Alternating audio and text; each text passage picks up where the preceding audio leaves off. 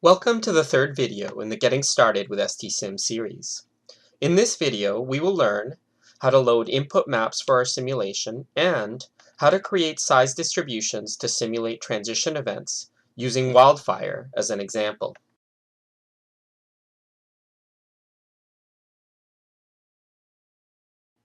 I can get the dataset for this tutorial by going to www.apexRMS.com, selecting Resources on the main menu, and clicking on Tutorials. Once on the Tutorials page, I'm going to scroll down to the video on adding spatial dynamics to STSim and click on the link to download the tutorial. When the zip file has finished downloading, I'm going to click on Show in Folder, and then I'm going to right-click on the zip file and extract all, keeping the default location. Once the files are done extracting, I can click on the folder containing the files. And you'll notice this time that alongside the SynchroSim library with the SSIM extension, we have some accompanying folders with the same name. When running STSIM spatially, the input and output raster files are contained in these folders. You'll also notice that we have 3 raster geotiff files that will be used to initialize our landscape for this tutorial. Let's take a look now at how we configure STSIM to load these raster maps that will initialize the stratum, state class, and age for each cell on the landscape. Now I'm going to open STSIM by double-clicking on the SynchroSim library. And now that it's open, the first thing I want to show you is where we define the ID values that get used in these integer rasters to initialize each cell. I'm going to double-click on the definitions. And when we first look at the stratum tab, we see that there is an ID value of 1 for our primary stratum called entire forest. Now this ID value was actually auto-generated when we ran the model spatially in the previous tutorial, but this is the ID that we need to specify for each cell on the landscape when we want to define its stratum. Now let's look at the States tab and at the state class node in particular. And here you'll notice this screen may look familiar because we set the colors in the previous tutorial for showing on the output maps for coniferous, deciduous, and mixed forest. Now you'll also notice that there are some IDs that are auto-generated, and deciduous gets an ID value of 1, mixed gets an ID value of 2, and coniferous gets an ID value of 3. So when we load our state class map, every cell that has a value of 3 will get initialized as a coniferous forest cell. Now the ages don't need to be defined. Those values just need to be an integer value. So now what I'm going to do is similar to what we did in the previous tutorial. I'm going to take a scenario that we created previously and make a copy so that we can use some of the inputs for that original scenario and modify some of the other inputs. So I'm going to expand the Spatial Simulation Scenarios folder, right-click on the spatial scenario that we created in the previous tutorial, select Copy, and paste it back into the same folder. Now to make some modifications to this, I'm going to right-click and open it by clicking on Properties. And first of all, I'm going to change the names. And I'm going to call it Harvest 20 hectares per year Spatial Initial Conditions. I'm going to keep the run control as it is. We're still running for 40 time steps and 100 Monte Carlo realizations. And here's the transition pathways that we defined in the original tutorial. Now for initial conditions, if you recall, our hypothetical landscape was initialized to be 1,000 hectares in size with 1,000 simulation cells, and a distribution as far as what types of forest are on the landscape, with 20% being coniferous, 40% deciduous, and 40% mixed. Now because I'm going to be using maps to initialize my landscape, I'm going to simply right-click on this table and select Delete All. I'm also going to clear the size of the landscape from here, and you'll notice there's a node called Spatial on the left. I'm going to click on that node, and this is where we can navigate to the different files that we want to load. Now, not every single spatial file is mandatory. In this example, I'm going to be loading a primary stratum raster, a state class raster, and an age raster. So if I click on these buttons beside the field, for example, for primary stratum, this is already opening up to the same folder where I have my library. And I'm going to click to select the initial stratum.tif file. Now, before I actually open that, I'm just going to show you what that file looks like. I'm going to use R to do that. Now, this isn't necessary to be able to run the model, but let's take a look at what that stratum file looks like. And so here on the right, we see that it's an almost square landscape with 1,000 cells, and every single cell has a value of 1. Recall, that's the ID value that's used for our entire forest stratum in this landscape. Similarly, our state class raster, let's take a look at what that looks like. And so here we have a landscape of the same extent, and we can see that most of the cells on this landscape are green, and they have a value of 3. So these are conifer forest cells. And then there's 2 large patches with a value of 1 for the rasters, and these are deciduous forest cells, if you recall from the ID values that were specified in the definitions. Finally, let's take a look at the age raster, the initial age raster. And so this one kind of corresponds in terms of the shape of it. We've got the 2 large patches in the middle that have very young ages, close to 0 or maybe even 0. So these are recently disturbed areas. And then the surrounding area has older cells that range anywhere probably from around 80 years old, the lighter sort of yellowish green, all the way up to 140 years old. So now we can go back to STSIM, and I'm going to load the initial stratum file here. And then I'm going to load the state class file, initial state class, and I'm going to load the initial age file. If I shift the focus away now, you'll notice that the values get updated here. So we know that this raster has 32 rows and 32 columns. And the size of the cells is 100 meters by 100 meters, or 10,000 square meters, which is equivalent to 1 hectare. We have 1,000 cells with defined values, and the total area of the landscape is then therefore 1,000 hectares in size. And now I'm ready to take this scenario and run a simulation with it.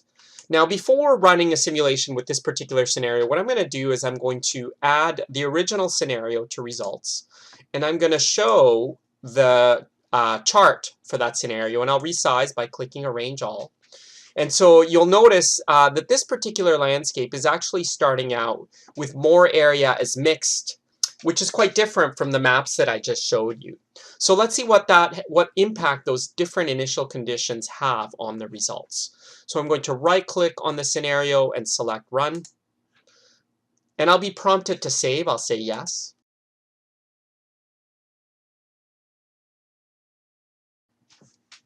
And now that my run is complete, you'll notice that right away the results for the second scenario are now shown in red. And you can see that for this second simulation where I initialized with those maps that I showed you, we're starting out with a lot more coniferous forests, some deciduous, and no mixed forests to begin with.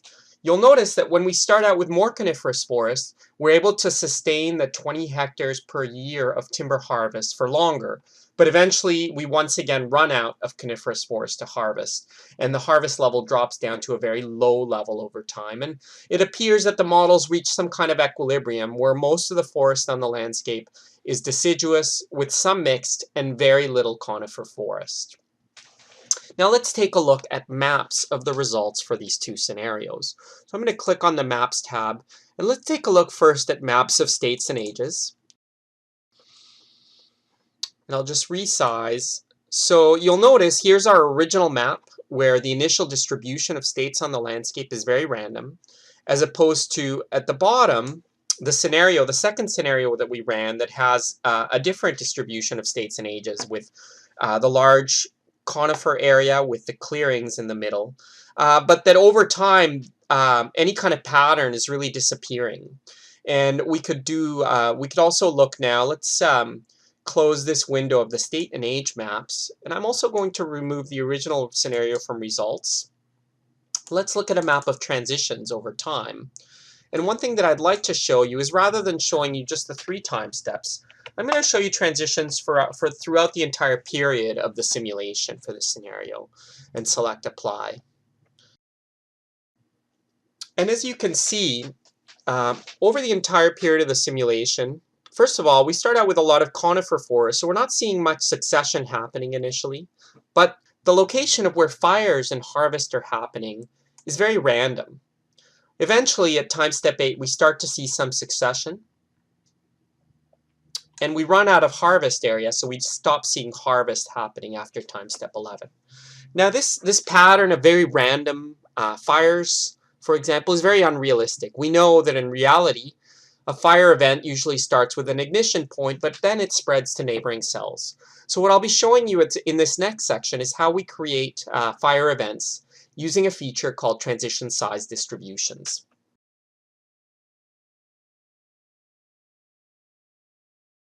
I'm going to, once again, make a copy of the most recent scenario that I ran and paste it into the same folder. And I'm going to double click on it to open and rename it once again. This one we'll call Spatial with size distribution. And the only modification I'm going to make here is I'm going to go way over to the Advanced tab. And you'll notice here there's a lot of features that are more advanced that could be configured. You might be interested in trying one of our courses to learn about those. But the one I'm going to show you is under Transition Spatial, Transition Size, and Transition Size Distribution. And so what I'm going to do here is just define a frequency distribution for the size of fire on the landscape. And so for fire, I'm going to say that between 0 and 1 hectare represents about 40% of fires. So 40% of fires will still be happening at the level of one simulation cell. If you recall, our cells are 1 hectare in size. But then between 1 and 10 hectares will be represent about 30% of fires. Between 10 and 100 hectares will represent about 20% of fires. And finally, between 100 and 1,000 hectares will represent about 10% of fire. So every once in a while, we're bound to get some large fires occurring on the landscape, depending also, of course, on the fire probability and how much fire is happening overall. So now that I've made that modification, I can run this scenario once again. So I'm going to first save, and then I'm going to right-click and select Run.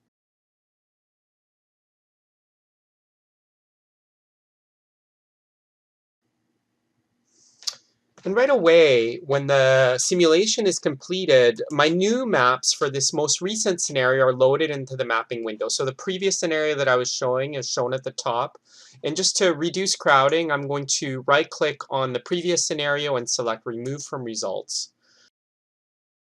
Here we have then the pattern of fire that is created when I define that size distribution. And we can see over time now we're getting fire events, not individual cells transitioning.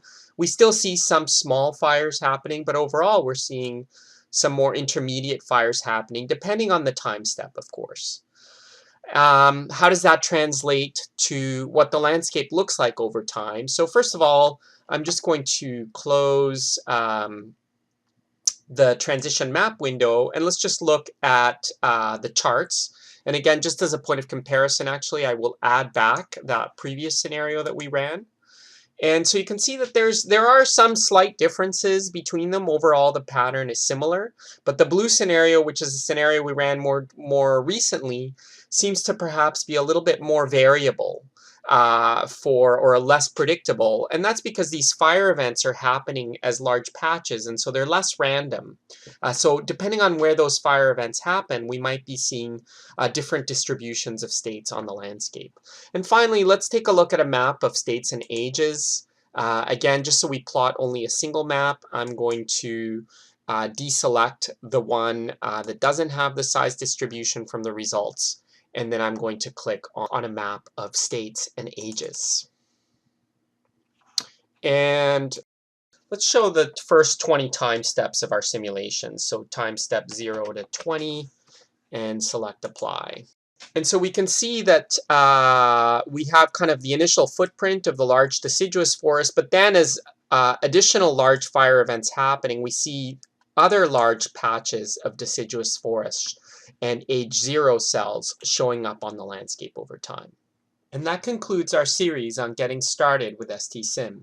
If you want to find out more, please check out www.apexrms.com/STSM.